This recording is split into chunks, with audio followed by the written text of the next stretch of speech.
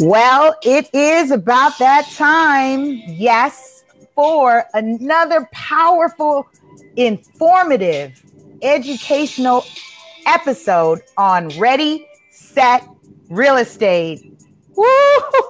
I have been so pumped about doing this show, and I am so excited to bring a very special guest. Now, you know, I go high, low, all over the country, connecting individuals that are doing really powerful things, making some moves in our communities, and to be able to share just a snippet of what my next guest knows with you today. I suggest you really take the time to time out, take notes, make sure you lock in episode 16 of season 2 of Ready, Set, Real Estate as one of your favorites. Be sure you are subscribed to the Spotify, Anchor FM, iTunes, Google Play, radio podcast, everywhere, so that you're making sure you're getting the accurate content of our show. So without further ado, I'm going to introduce to you my guest, Mr. Corey P. Smith. And before I go into his list and his resume, let me share that he's a family man, y'all. He is married with 3 daughters, and he is a native of Memphis, Tennessee. And he's got a great story that we're going to get into that really changes the game of how you look at personal credit. And then we're going to talk about business credit, because a lot of you out here are researching, you're testing the waters, and you're doing all kinds of interesting things, but really seek an expert. And, you know, I use that word very carefully in these streets, in these real estate streets. So he has attended the Cleveland State Community College on a basketball scholarship. Listen up, he later graduated from Tennessee State University with a bachelor's degree in sociology. He's a native veteran, former high school history teacher, and corrections officer. And after facing and conquering his own personal struggles, which we love, right? Because we talk about this all the time. This show's about the real lives of people, raw, uncut, the lows, the highs, and really about rebuilding oneself. So I couldn't imagine anyone more fitting than Mr. Smith to be on the show to talk about his journey and what his mission is now. So he has embarked upon a journey that would change people's lives for the better, and he has really done that. Oh, he is a credit awareness expert, author, and lecturer. And, you know, I'm all about that, being a public speaker, educator, lecturer, and a teacher. So love that he is author of How to Outsmart the Credit Bureaus. His latest release, The Conspiracy of Credit, along with The Unbreakable Laws of Business Credit. Corey, welcome to the show. I love that introduction, Lisa. Thanks for having me on. I'm always excited to talk about credit, to talk about life, to talk about my life and how I transitioned from, you know, being down and out to being where I'm at today. Absolutely. I am so happy that we made this work, because I know you've been traveling, doing your thing. So I really thank you for time blocking. And you have, let me say this, with people that I've watched on social media and are doing different things, you have quite a following and a tribe of people that have advocated you, have true testimonies that you have changed their lives. And we're talking about up in the thousands. Right. You have changed thousands of lives when it comes to credit awareness, and people being self-sufficient around their own credit profiles. And let me say this, I picked up a copy of your book, The Conspiracy of Credit, and most folks who know me, I have an intimate circle, love circle, I got a team, and you drop stuff on the credit stuff along with the numbers stuff. And I was like in heaven. I was like, we got a little metaphysics happening here. It was much deeper than credit. I was like, perfect. This is perfect. So I know when we spoke offline, we just kind of connected because we have like minds. I think like spirits in the sense when we are advocates for our community and our people in terms of educating themselves so that they are in positions, because this is what this is all about, positioning oneself for power. Right, exactly. So let's go into a little bit. I think I'd like to just start off with, as an author, the story of authorship, right? So you have a book called How to Outsmart. You got a couple, actually. The Credit Dictionary was one that we mentioned. Mm-hmm.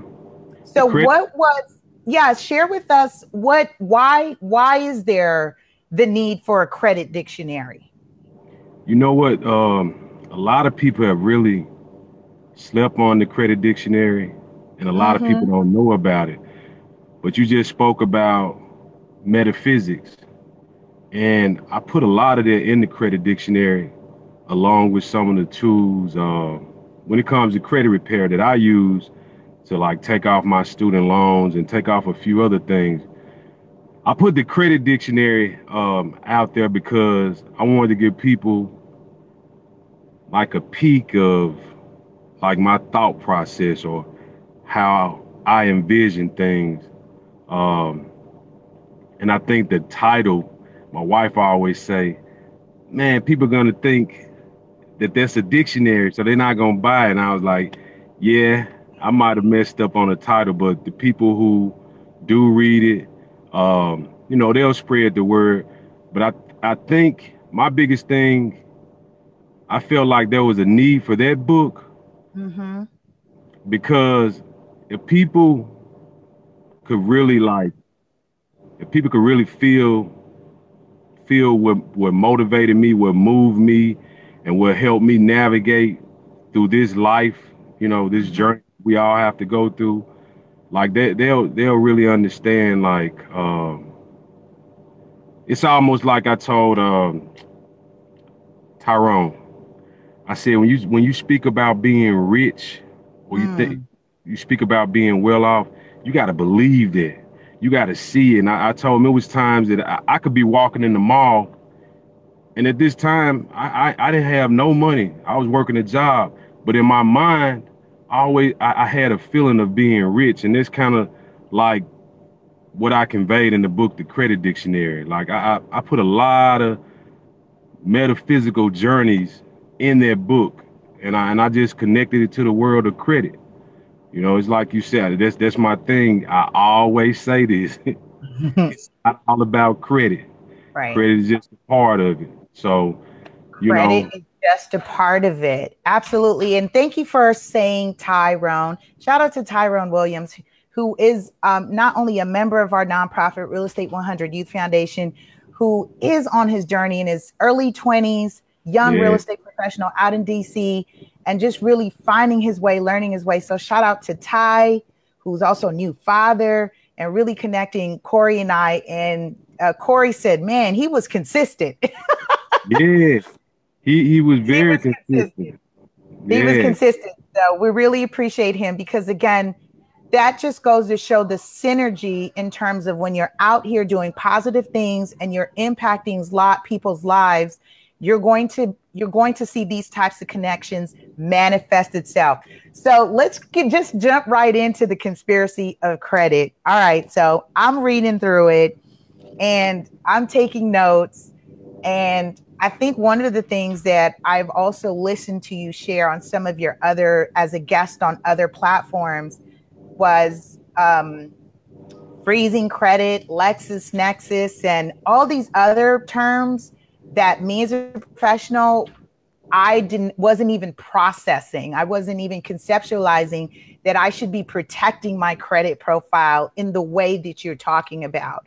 So let's talk about just kind of what inspired the conspiracy of credit and just go into some tips that you have shared on your platforms. That way we're not giving too much away, but also some things that people should be paying attention to, especially as we're now going into what we call a shifting market and things are changing.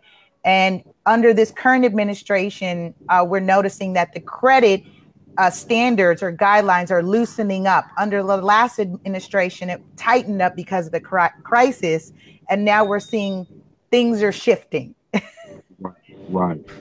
Well, I mean, for people that hadn't heard my story in terms of what initially motivated me, you know, I always tell the story about having no money, living in an apartment with me and my wife and my oldest daughter at the time, sleeping on the floor with no lights. But fast forward to after I lost everything, to having to go and get a job as a corrections officer. Like, I actually wrote The Conspiracy of Credit while I was working as a corrections officer in Shelby County.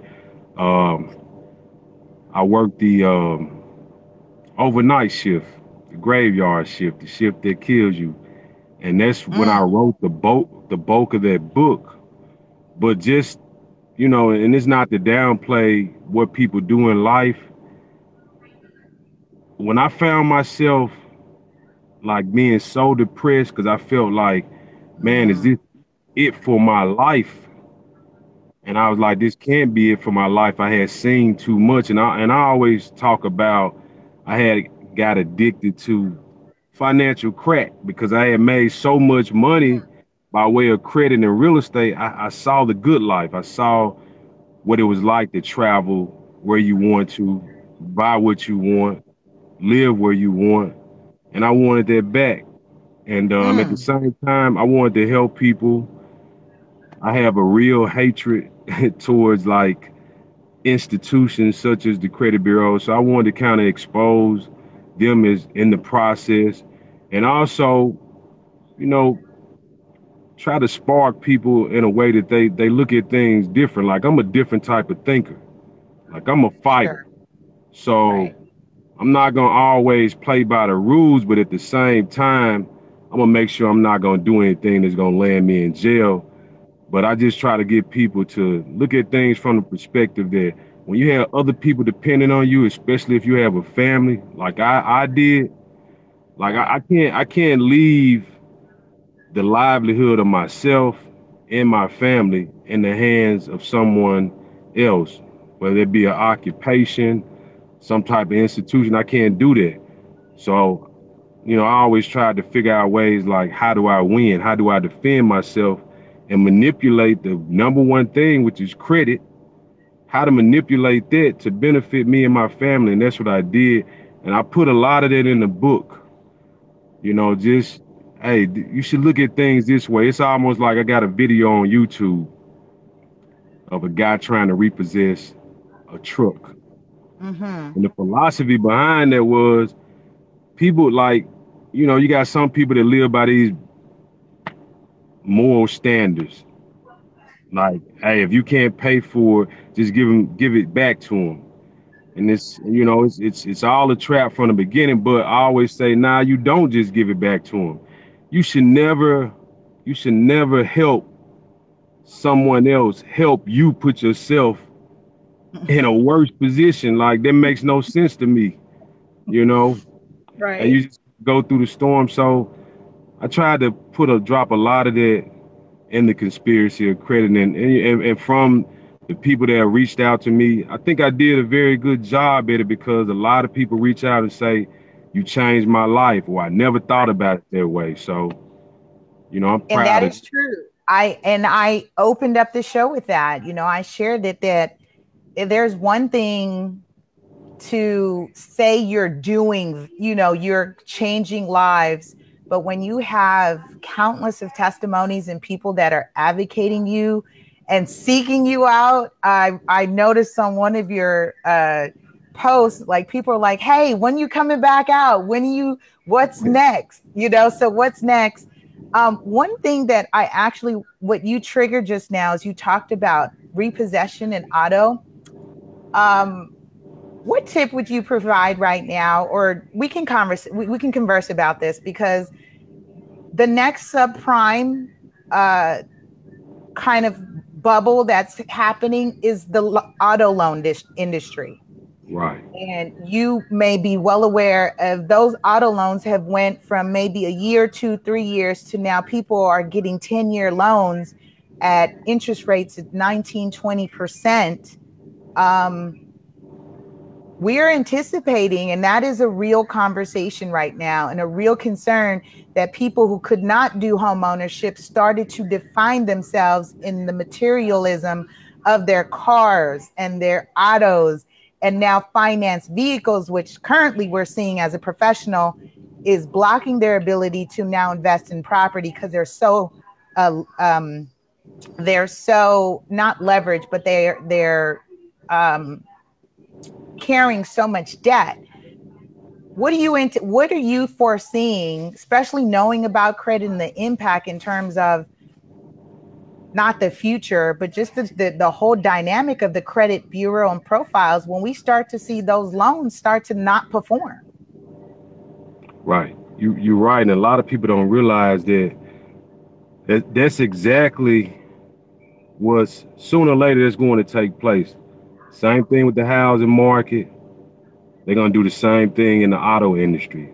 Like all these things that you see, like the breaches, the data breaches, all of it's connected.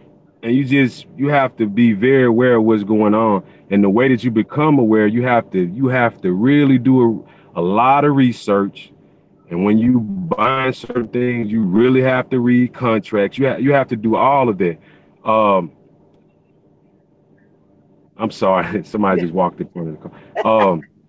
But I spoke about this in one of the videos. Like, there are a lot of people that have repossessions on their credit reports. A lot of people. And I spoke about jamming your credit file in one of like little short videos, and a lot of people like, what is that? Right. What is that? Jamming your credit file is just simply what we call mail dropping for the people that in my circle. When we talk about mail dropping, that means for 30 days, you dropping letters every 3 days. You dropping letters in the mail, dispute letters, affidavits, you disputing the effects, and you're doing it both ways. You're doing it with the credit bureaus and you're doing it with the creditor, because the credit bureaus, they run 30 days behind and everything is automated. Like they used to call it the ribbons that update each month, where it says, 1, this person is paid on time, 2, they're 30 days late. But what happens is it glitches the system to a point where it does not respond. So it could be a repossession. It could even be a mortgage. And when it don't respond, it'll delete. And what happens, they try to put something out there that says, well, it'll reappear on your credit. No, it won't. It won't reappear, because once you do enough mail dropping and it glitches the system, the creditor system that updates through eOscar, it won't roll over again. So it won't re-update, if that makes sense. I kind of explain it a little bit more in the new book that's coming out, Credit is for Poor People. So I just want to throw that in there. That's harsh. I'm gonna touch on that in a sec, because I want to just let people know. So we're on, those of you who are new and chiming in, we're on with Corey P. Smith. He is the guy. Like all these pop-up credit shops. It's a lot of them. It's a lot of them. There's a lot of pop-up credit shops out here. I get DM'd all the time about somebody talking about, I can help you with your credit. I can help your clients with your credit. And you know what, Corey, my response to that time and time again has been, I refer my clients to my lenders. Why? It's twofold. The lender is giving the money.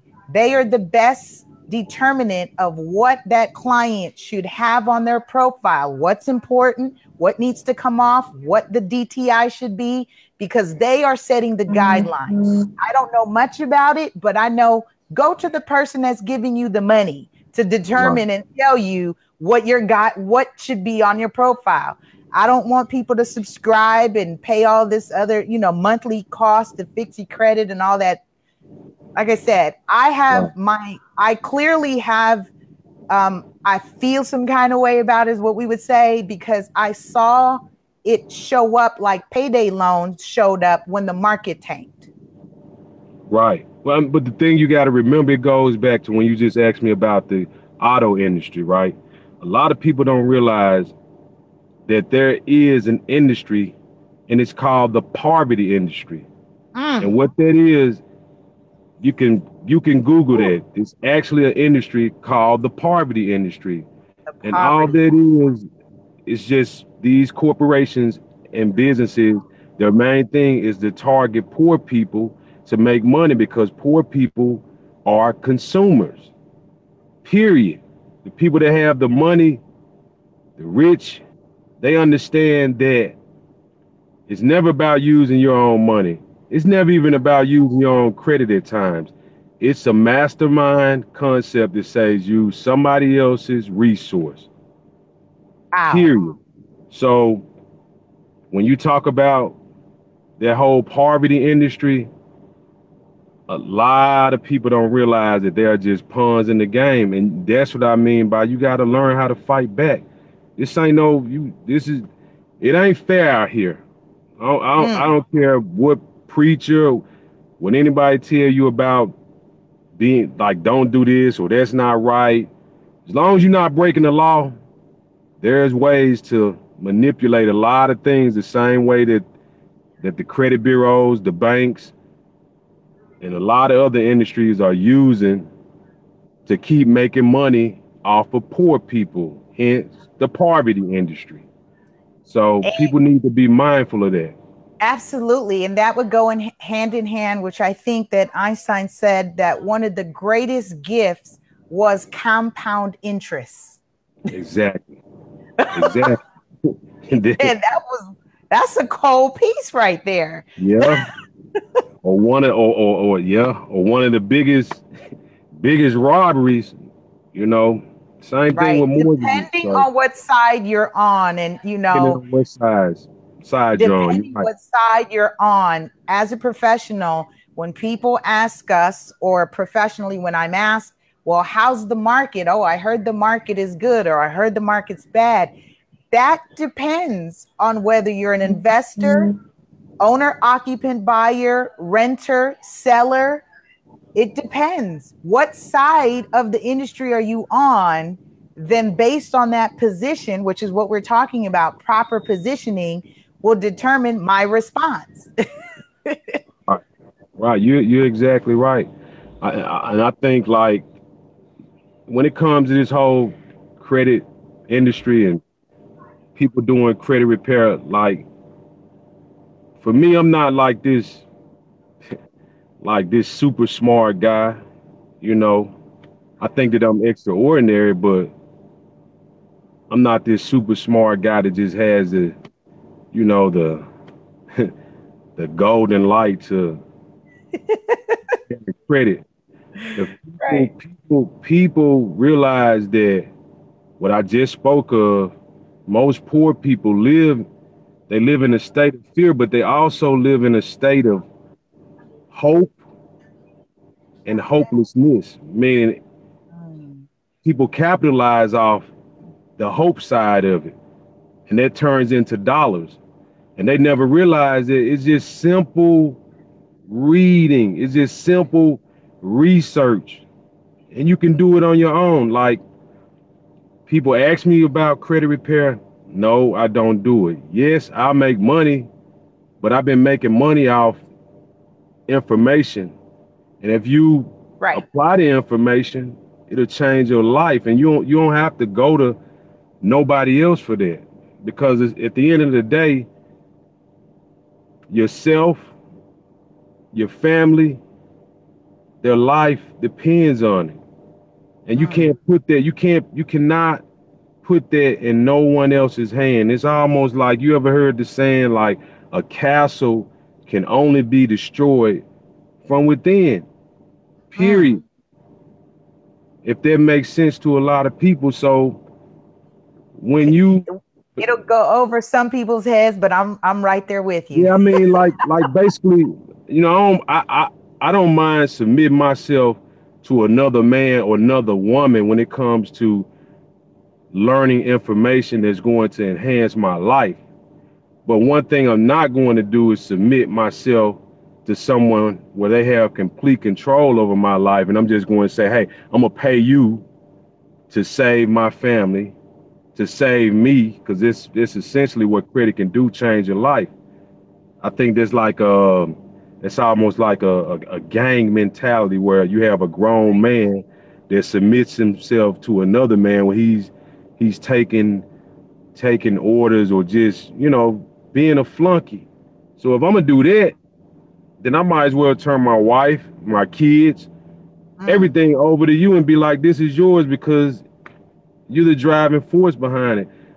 So I just put a lot of emphasis, and I did that in the new book, Credit is for Poor People. Like, it all starts with you, and you gotta, hey, life is short, so you gotta really make a decision on whether you wanna you wanna die while you're alive, and that means you want, if you dying while you're alive, if you live in a miserable life, you might as well say you did. But there's a way to change it through information, technology.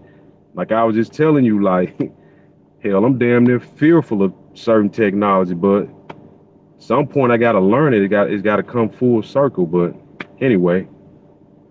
Oh, I'm so glad that you said that, because this is what I shared with you offline. I said, bringing you, we're going to bring you onto this platform so that we can get you into the airwaves, so that people can really shift their whole concept of money. Money is currency. I really appreciate that you equate that with metaphysics and when we talk about vibration, because everything in terms of when we look at bureaus, agencies, and systems, when we look at addresses, you know, one of the things that when I visited New York for the first time, none of the addresses on Wall Street actually made sense to me. They're all triple digits and the vibrations are very powerful. That's a whole nother show, Corey.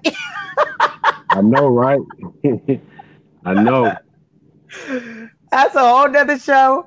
But this is why I'm so happy to have you on, because when you're talking about the authorship of the books and the information that you're putting out there, especially in now an era where in the information age and also in the age of truth, people are looking for the information. But here's what's happening. The guru is no longer attractive because they're not tangible. So this is why someone like yourself and a platform like mine is so important, because you have real people connecting with real people. My office is not, these aren't gold walls, it's orange paint. Right. Right. I get it. I get it. You know, and especially when we look at the masses, the prosumers is what I call them now. You refer to them as consumers. There's a new group of people called prosumers, which means they are producing and consuming what they produce, right? For instance, wow. Your book, we are both using it, we're creating it and using it, which makes us prosumers. This is a whole shift in consciousness right now. Shout out to Antoine Lowry, who says he is receiving everything. Thank you, brother. I really appreciate you. South Carolina's in the building. So yes, let's get into it. You talked about the new book, Credit is for Poor People. You said something in one of the trailer videos about that. And let me share, would you please share the story? I think it's very important that people hear, because I took a phone call about you the other day and they was like, no, that's the man. He took a homeless man and gave him credit. Please share a snippet of what that was about, because in the trailers, the visual effect and video so powerful. of what you did with the trailer. And when you talk about the amount of money available or the amount of credit, I got the imagery of why you were focusing on the homeless community. So please touch and talk about that. That's what you're known for. You trailblazed that. You're the one that started this. The homeless, yeah, Giving homeless people credit. I actually, how that came about, and I told this story before. Me and my wife was just in the car one day, and I can't remember exactly. We had to be talking about something about credit or money or something. And there was a homeless guy, and I pointed at him. You know, I kind of used some curse words, but I was like, I said, that guy is better off than half the people walking around. I said, because he doesn't exist on paper. So after I said that, it's like, ding, ding, like, yep. yeah. So I said, I'm gonna explore what, how to bring that into reality. And what I did, there's a homeless shelter in Memphis. It's on Popular, downtown. I initially found two guys. I kind of interviewed them to make sure that they weren't completely sprung out on drugs or alcohol. I asked them a few questions about, how did they end up homeless, the level of education that they were able to achieve. Asked them how much did they know about the credit bureaus, and it just kind of went from there. And what I did, I experimented with them, and I basically duplicated myself through them, but I took complete control. I gave them housing. I made sure that their identification and everything was intact, and not the because it's a lot of details, but fast forward, after I build them up in terms of their credit, after I build them up, then I just went to the bank that I knew was lending money, and we ran it up. And I actually said I was gonna get those two guys on YouTube at some point, because this was years ago with the first two guys. Right. And both of them are doing like great. They still one of them still has his lawn service, but that's where that whole idea came from. That's where it came from. So and then it evolved from the homeless people to people that had been incarcerated 5 or more years. I started doing the same thing with them. Right. You see, again, when you shift the mindset, it's like there's a quote that people are misinterpreting that says, I am that I am. And in fact, it should be read, I am that I am, meaning if I see myself in my brother, sister, I am that. Right. I am. Yeah. You're drawing a whole nother side of me today. Yeah, because I mean, like I really, like even with working in the jail, like they really gave me the opportunity to see the true like hearts and souls of men. And I recognize that those people that could have easily been me, depending on the circumstances. And they had that. I mean, I've been behind bars before, but just not for an extended period of time where it just completely dissolved my manhood or dissolved my belief that I could do great things in life. And sometimes that overtakes people when their livelihood is stripped from them and they have to, go behind those bars. But, that was a humbling experience for me. And very valuable. So when you talk about someone that's had those real life experiences and still can rebuild, because this is what I even teach with the youth and young adults in a snippet of our workshop. We talk about credit being a snapshot of time. Right. It's it's a snapshot of time. It's not like that score or your profile is going to be consistent over the years. And I speak from personal experiences. Like I can speak on the bad banks, and this is why we have the Consumer Financial Protection Bureaus to oversee the bureaus because of the things that were happening on from the consumer perspective. One of the things that I wanted to ask you just now, because it came to me Oh, in a message when I shared your profile that you would be on the show, someone asked, why would one want to freeze all three of their credit profiles? why would they? Yeah, why would I want to freeze my credit? Someone asked me that, and I was like, great, tune into the show and I'll ask them. I would I would free. Can you give me 1 second? I'm sorry, just one. Yes, yes. No worries. You're fine.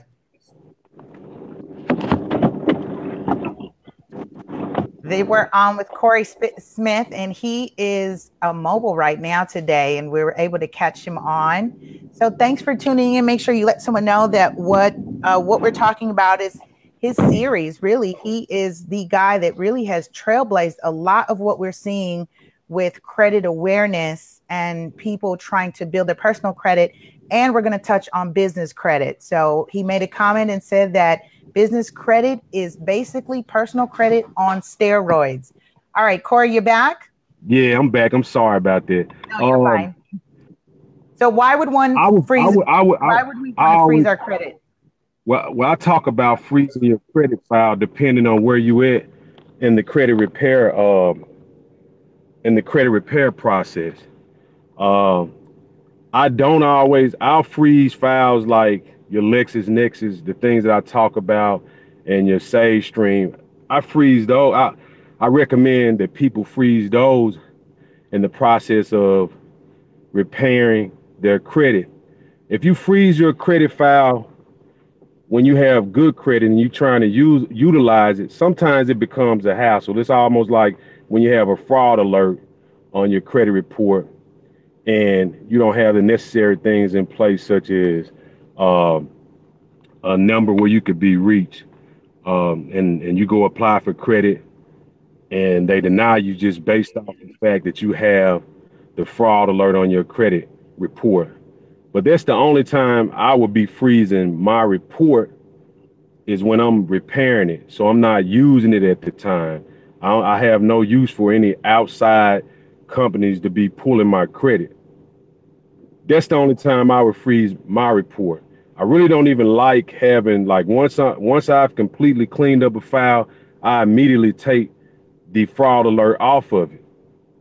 I immediately take it off because it becomes a hassle, especially when you're trying to get big money and you don't want any issues. You don't want any issues with the bank. And then you just got to be mindful, even when you're doing that, the first time that you take that step on your own to freeze your credit file or put a fraud alert on there, you automatically going in what's called the National Fraud Database. That's when you doing it. Sometimes, like I spoke of before, you could just have an old number or be staying at an address where those things were connected to someone who's actually in the National Fraud Database, and that automatically puts you in the National Fraud Database. And sometimes that can become a hassle even when creditors look at you, because their software system reads all of that. So, depending on the creditor. That's very important. Yo, you guys, did you just hear this? You would potentially be thrown into the National Fraud Database by association of an address that was associated with fraud. So, Right. man, so LexisNexis, what was the other one? Sage, what was it? Sage Stream. Sage Stream is another one. I'm telling you, it's like this man knows so much. Like I read your book and I was like, oh my gosh, what is all this stuff? So let me also share, because I did do a post. Effective September 21st, 2018, the federal government has allowed legally for you to freeze your credit profile for free with all 3 credit bureaus and unfreeze it for free. Prior to that, they would charge you each line for each agency. They would charge you every time you unfreezed it, and they charged you to freeze it. Here's the interesting perspective of that for me, Corey, in reading about your book and learning and connecting with you and just getting on the game. It was very interesting that the bureaus were charging me to protect my information and basically keeping them from selling it to creditor inquiries. They're making money off of me. They're going to charge me to block them from making money. And I think this is why possibly Fed stepped in and said, hey, this is not really fair. A lot of it, like even when we talk about these data breaches, like you ever ask yourself the question, like, hell, why are all these companies having data breaches? And the flip side to it is this. If I hold stock in a company, and a lot of people just thought, this is just a conspiracy theory, but if you dig deep, it's true. If you hold stock in a company or you do the research, you have, when they talked about these, let's say Equifax, and they talked about these Equifax executives that sold their stock before the data breach. So once you have a data breach, your stock is going to drop. So what does that mean? Now a share of stock with Equifax, if it's $112 a share, once the stock drops, it might drop. Now it's only $33 a share. So I can come back and buy that. So it's all about money, and then you have to realize that the majority of people that's in the credit bureau's database is what? They're poor. It's poor. It's poor people, because we know that 98, 99, whatever percent of the people that live in America, they're controlled by what? 1%. So it's 1% of people making all the money, and you don't even have to make, like, my home is in Tennessee. To be in the upper 1% of the top money makers in Tennessee might be like 300,000. There's not a whole lot of money, $300,000. You know, and a lot of people don't realize that that's obtainable. And I preach about credit so much because I did it by way of using credit. So, you know, and I try to provide a lot of resources to get to that point, along with people thinking a certain way. Like, you have to think a certain way if you ever gonna maximize what you have, your name. You gotta be thinking a certain way. You know, everybody gets afraid, everybody gets depressed at some point in life. Hell, I get afraid sometimes. I shouldn't have said that. But I could never, I could never let my wife know that. I could never let my kids know that. Because if they see me panic, if they see me worry, that's gonna mess up the whole vibration in my household. So I can never even show that. But I mean, and being afraid, sometimes I have to snap back and be like, come on, like whatever type of conversation. I think it could be a lesson. So it's not that you shouldn't share that or you shouldn't let them know, but I think it could be a lesson in showing them, even though I did feel this way, right? Because we go back to our animal instincts of fight and flight and fear. Those are basically all survival mechanisms designed in us. And you can use that as a teaching tool and saying, even though I felt this way, this is how I pushed through. This is how I persevered. That's my spin on it. Because like I said, I've been through strife, trauma, and I've persevered, and I've shared that. I've shared my story. I do have a question. Jason Soto's on. He says, how can charge-offs be removed? I've been trying for months, but cannot get them removed. I don't know if you want to defer them to a consult, or is there something that you can share, just a snippet if it's possible? Like I said, I stay my lane. My lane is Ready, Set, Real Estate. You're the credit expert. I mean, like to answer that question and to be thorough with it, I would Mm-hmm. almost have to know the history of the accounts, who Okay. the accounts are with, how long they've been on your credit, how long they've been charged off. Like, how did you pay these people if you ever had a relationship with them? But you can get them off. I mean, I kind of just gave you a little peek of what you can do when I spoke about the mail drop. Like, trust Mm. me, it works. You said I jamming your credit file is the phrase he used, you guys. Uh, Yeah, I just didn't speak on it.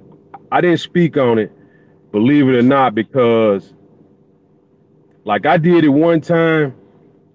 I can remember one time I did it, and I had did so. I was kind of green when I was doing it. And what happened was, man, Experian actually reached out to the Economics Crime Bureau in Memphis. mm. And the mistake that I made is I dropped too many letters in the same mailbox, Oh, but yet and still, there wasn't a crime in doing that. I never, they never, and and when I think back on it, I don't even know the reason why they did it, because it was something new at the time, because we talking about this was like back in 2006, something like that. So even then, it was just something I was trying. Like a lot of things, I right. just tried. And that's one of the things I tell people, like even with Jason asking me that, like, man, sometimes you gotta try things. And I ain't saying try things that'll get you thrown in jail, but it's almost Right. like if Full you waited disclaimer. on me. Yeah, Yes, full like disclaimer. No yeah, legal, no illegal activities. exactly. No illegal activities, but sometimes it's almost like if you waiting on somebody, even me, like if you never had an opportunity to speak with me, it's like, or like I have a relative, he always begging me like, man, why don't you help me? Why don't you help me? I know you. And I just asked him one day, I said, what if I died tomorrow? What would you do? You're gonna keep on living. And that's how you have to look at things when you're trying to reach for certain people to help me that you might not have access to. Like I'm very accessible. I'm very Yes, you accessible. are. Yeah, but I'm just saying, I think you're like, inundated. You're overwhelmed, inundated because you have thousands of people who are trying to reach you. Um, so yes, I really appreciate just having you on here for our audience to ask the questions.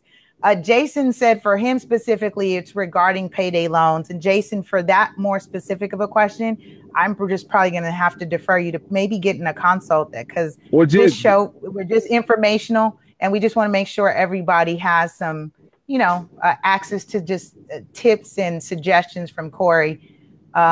Anything you wanted to add? Because I did talk about payday loans, a while yeah, ago. just tell them I'm familiar with your name, Jason. I've seen your name before. Just message me. Just message me, and we'll start there. Just shoot me a Okay, message. fair enough. So there you go. Thank you for Jason for that, and yeah, just chime in and ask the questions and see where you go from there. I think one of the things when you even just uh, use that phrase about the jamming the credit your credit profile referred actually triggered in me, and I say this with my clients all the time, is about paper trailing stuff, especially when you're dealing with creditors over the phone. It's like that's a huge liability because you won't be able to paper trail. You won't be able to document what was said or what was negotiated, what was settled, because that's what's happening all the time with creditors. Is that phone conversation is negotiation where it says you're on a recorded call. That's for their advantage, not yours. You'd have to subpoena the call in order to get it. So unless you're recording it and you let them know that you're recording them, that's a whole nother ball game. So definitely Or put things in writing. Or or Corey, one of the things when you get calls like that and you don't want to talk to them and you just want to hurry up and get them off the line, if you just want to, it's just a sidebar when you just want to mess with them, just use some profanity, just curse, because most of them automatically they have to hang the phone up. Like if you use Okay. profanity, that's just a sidebar. Like I just thought about that because I used to do it a lot. I just start cursing if they say you're on a recorded line. I'll just say curse word. They have to hang up. Try it. Oh, so it's the reverse tactics, right? They use tactics, you're using tactics. Yeah, so reverse tactics. All right, so we're going to move forward on personal credit, and I definitely going to build with you. We're going to do so much more with now that Corey and I are connected, and has been that component that me personally have been searching for in terms of the education and the awareness when we're talking about real estate and credit, and so important, and they do go hand in hand. And like I said, as a professional tip, instead of seeking someone to do the credit repair and so forth, if it's from a financing, a mortgage standpoint, go directly to the lender. My lenders do it for free. They do not charge you to fix what needs to be fixed on the credit profile. Why? Very simple. If they can't get you a loan, nobody makes money. That's right. Don't Bottom nobody make line. money.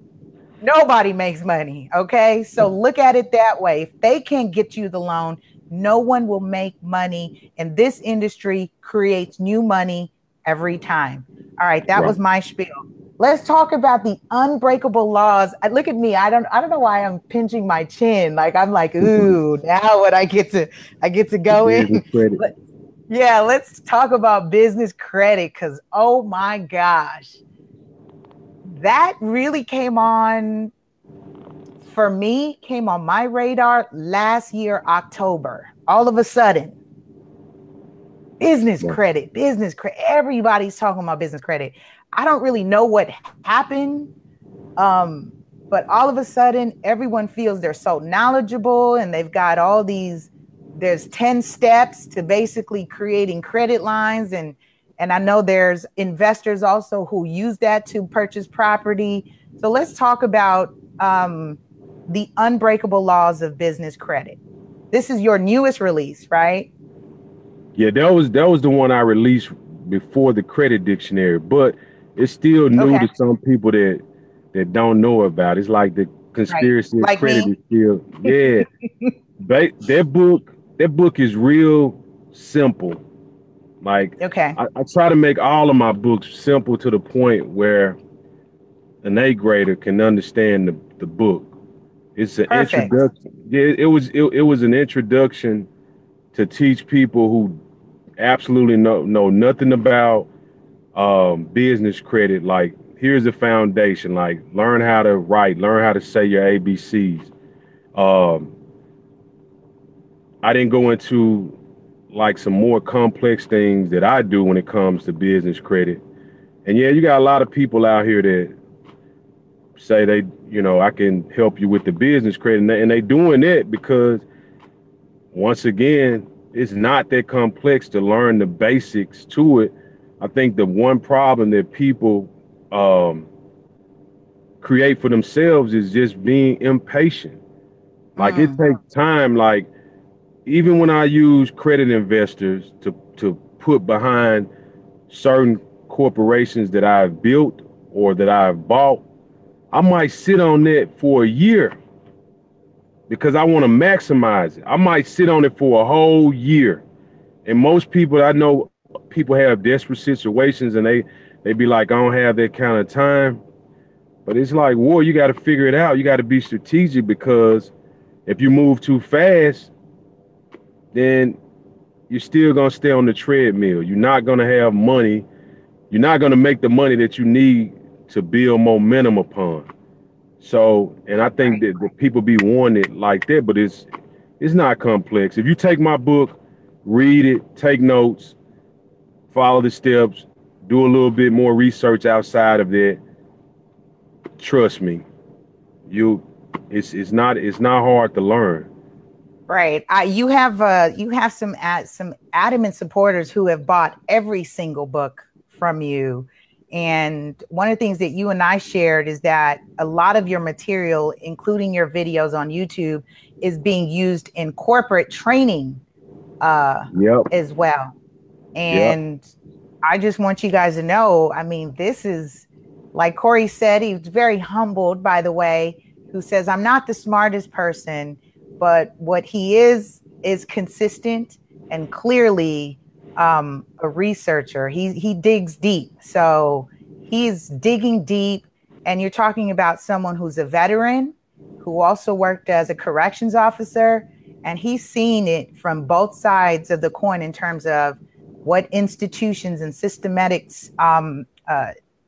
agencies have done and how that has impacted individuals and their walks of life and his personal, and he's rebuilt himself on that. So I just wanted to just throw that in there so those people who are new to you, Corey, like know where you're coming from. And like I really appreciate that people were like, no, this guy is he like I got that phone call, Corey. I got a phone call and was like, no, that's the guy. Thanks. Because I'm not, I think I told you, I'm not like, for people that don't like, I'm not a parent, and I've been doing this, and I look at YouTube and I see a lot of people I see a lot of stuff, and I just look at them, and I never try to throw shade on people, but a lot of them parents, right? A lot of them just repeating stuff. They don't know credit. Like, it's one thing to even do credit repair, but do you know it? And when I say know it, I tell this story real fast. Like, I was so messed up when it came to student loans. When I got my degree from TSU, I couldn't even get my transcripts initially for Memphis City schools. I couldn't get my transcripts to secure the job fully. So I did enough research. I didn't know, okay, I owe Tennessee State, and I owed them a lot of money because the student loans there was jacked up. You know what I did that I found out and I had to do it? Yes, Corey P. Smith, I had to file bankruptcy. And I didn't know that. I didn't know it, and they never offered that information to me. I just stumbled upon the law, and I filed bankruptcy long enough to get my transcripts released. Wow. So it's things like that when I talk about, like, it's just research.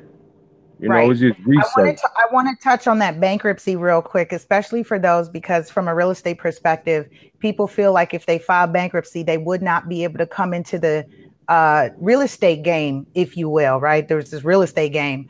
However, depending on what bankruptcy you file, you will be eligible for a loan within 2 years of filing that bankruptcy. Holla at me if you need to learn more.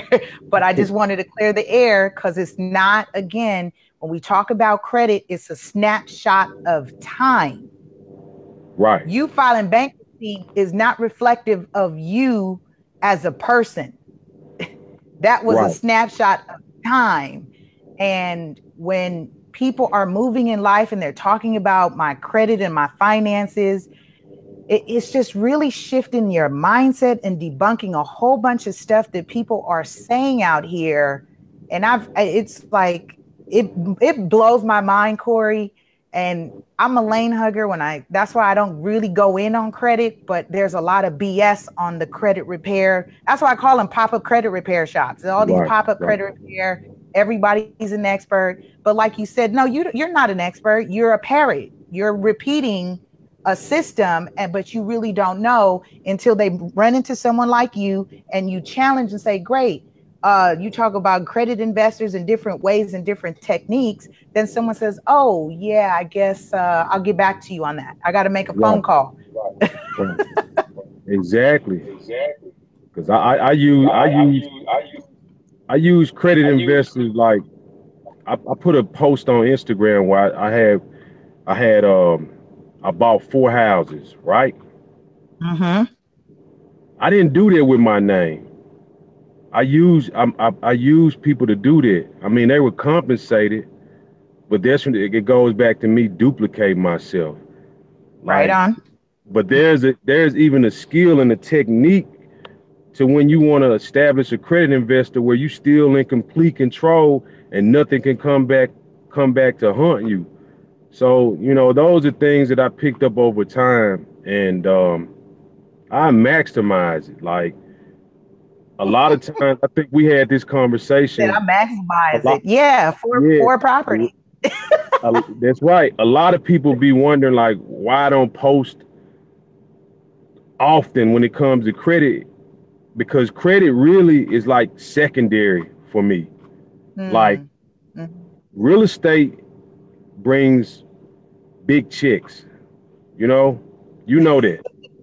It Look at his brings face. big, He's like, it you brings know big. that.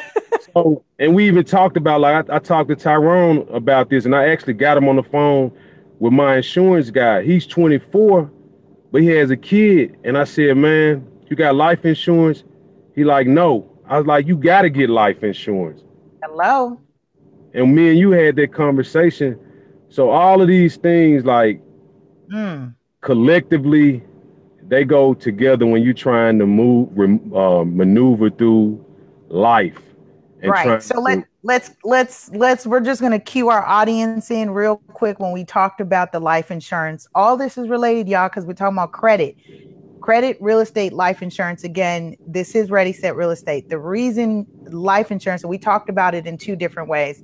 One, we said there are two vehicles in life that create wealth and legacies, and that's real estate and life insurance. Bottom line.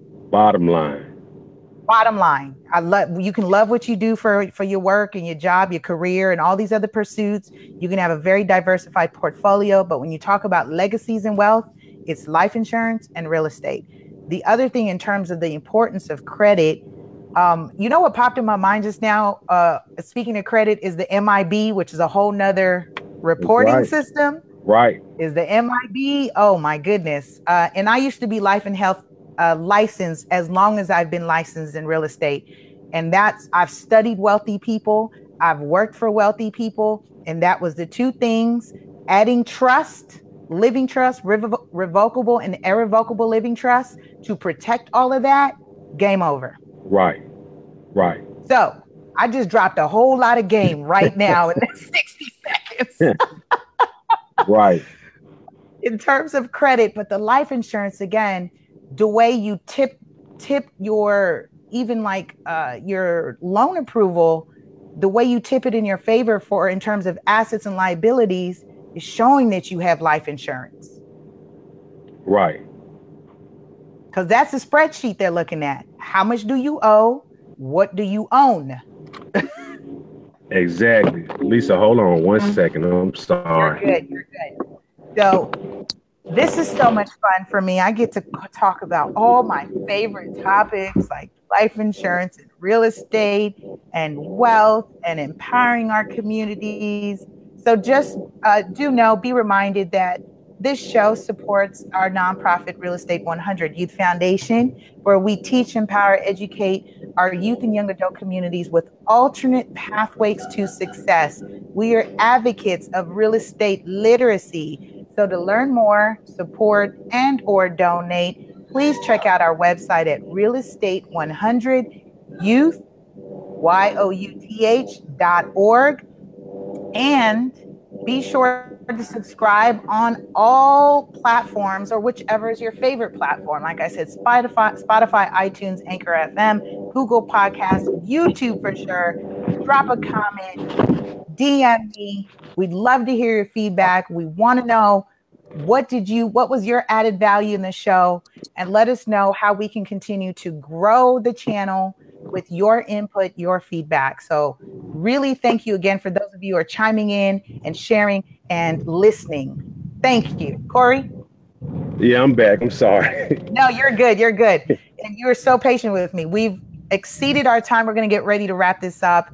I did prime you all and let you know that this was going to be a special. I normally do a 25-minute run with my guests, unless I'm doing a very special show with a very special guest. And Corey warranted that for me because of the amount of information he knows and the amount of awareness he embodies. Like that's his mission and just his walk of life. Like I appreciate real people. Bottom line. Corey, any last comments and feedback? This was fun. Like I said, Right. when I shared with you offline, I said we're going to have a conversation. I don't really like the whole stuffy, Q&A. I just like to vibe and build with my guests, because then you're just authentically you and you're not Right. scripted. Right. Right. And I don't like scripts. Like I just I like this. But I am going to do a whole lot more posting in 2019. I got a great book coming out, and I'm Wonderful. actually putting out a course called the Credit Rich Masterclass, and I give away a whole lot of information, even all the way down to how you secure a credit investor, how you take control step by step. All of those things will be in the course, because I really want to give people what they pay for. And I really, at this point, because I've seen so many people popping up with, credit repair and courses, I want to really separate myself from them. So, and I just want to give people information where they're going to be blown away. So, look for that. Look for that in the next, at the top of the year. Top of the year. You can check out his website at CoreyPSmith.com. That's COREYP as in Paul, or what's your middle name? Smith.com. I didn't mean to give you a middle name, but I hate my middle name. And he's got tons of information, books. And again, for those of you who have really specific questions on your credit profile, he does offer a consult that you can connect with him. He's on social media. He's also on YouTube, which is where I was connected with him through one of my intern students from our nonprofit, who was like, you have to have him on your show. And I was like, I'll check him out. And I was like, okay, done. So Corey, we really appreciate you again. Happy holidays and everything that is happening now that you're moving forward in 2019, to really just offer something powerful. So happy for you. Congratulations. And safe travels. We'll see you again soon. And you guys, I really appreciate what you've done here on this episode of Ready, Set, Real Estate. We'll see you next week.